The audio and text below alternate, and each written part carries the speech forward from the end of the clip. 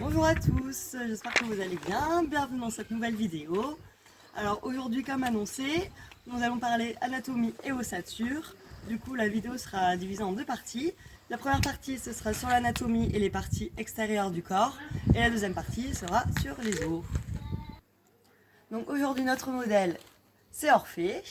Donc on va commencer par sa tête avec la bouche, la lèvre supérieure, la lèvre inférieure. T'es dans l'ombre. Je refais tout? Ouais. Depuis le début? Ah non. Mais non, mais roule. La bouche, la lèvre supérieure, la lèvre inférieure, la commissure des lèvres, juste ici, le menton juste là, les naseaux, le chanfrein, l'apophyse zygomatique qu'on voit juste là, son œil, ici la salière, ici le rocher, la joue, le toupet et bien sûr les oreilles.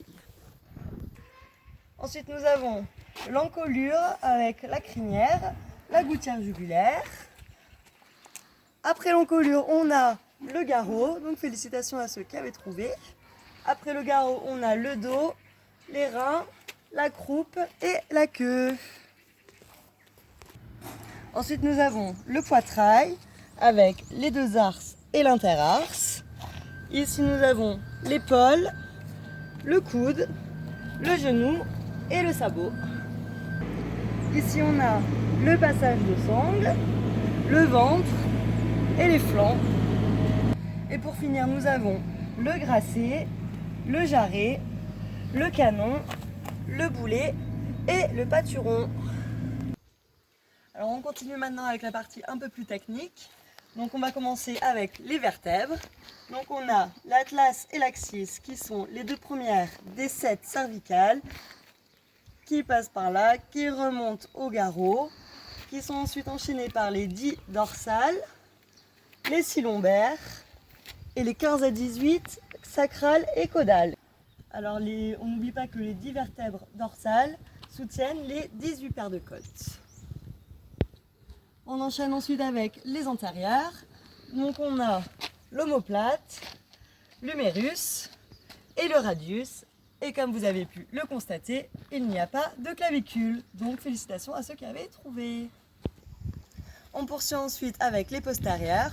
Donc on a le fémur ici, la rotule et le tibia péroné. Et pour finir, nous avons sur les antérieures le carpe ici, le métacarpe là. C'est la même chose pour les postérieures, sauf que c'est le tarse et le métatarse.